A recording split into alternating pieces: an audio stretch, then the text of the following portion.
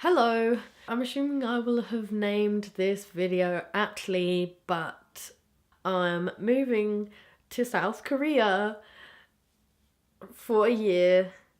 I kind of feel bad if you are one of the people who I haven't seen in like the last 2 months. I probably haven't told you anything about this because I haven't really said it anywhere publicly because I didn't want to just be like, lol guys, without going into detail. So I've only really told people that I've like met up with at some point, but that's why I wanted to make this video. I'm going there to do this thing that's usually known as ESL teaching. So I'll be working in school teaching Korean kids to speak English. But don't you need to speak Korean? No. Even though I'm learning to speak Korean right now and I know how to read Hangul, which is cool. What I gather is that they want these people from English speaking countries who have English as a first language, if they got Korean people who know English to teach these classes, they'd probably kind of have a tendency to go back into Korean to help them explain it better. Where I won't be able to do that, they'll have to rely on the English. They're actually not allowed to speak Korean in the classes. If you hear them speaking Korean, you're meant to kind of tell them. It's just like how people say that the best way to learn a language is to go to that country.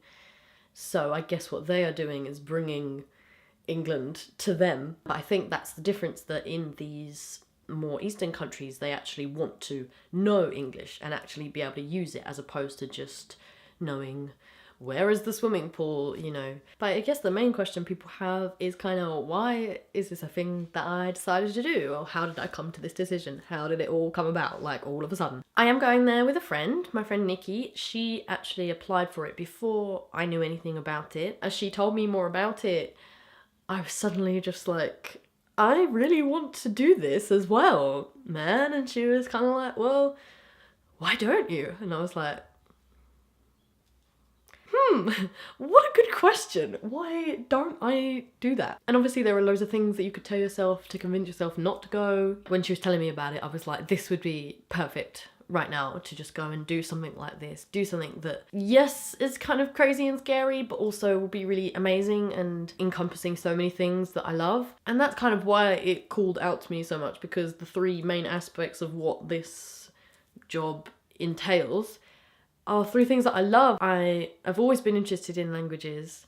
I love teaching, and it's in South Korea, which is a place that I have so much passion for, and it would just be so amazing to go somewhere like that I have so much interest in. When I heard about this opportunity and the fact that it was like doable for me, I was kind of like, oh, I can't really let this slide past me. I didn't want to let it be a thing that I thought about doing but then didn't do, or didn't even try. So I literally went home and applied that night after she told me.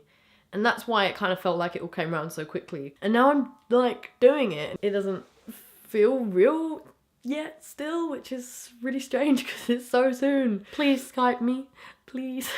I will want to be Skyping people every moment that I'm not at school because I'm gonna miss a lot of people a lot. But in the meantime, I'm hoping to film stuff, which is cool because I haven't uploaded anything for ages. It would just make me feel cool to know that I'm keeping you in the loop and that you know what's going on with me, and I can like take you on my journey with me. So that'll be nice. So that's what I'm doing.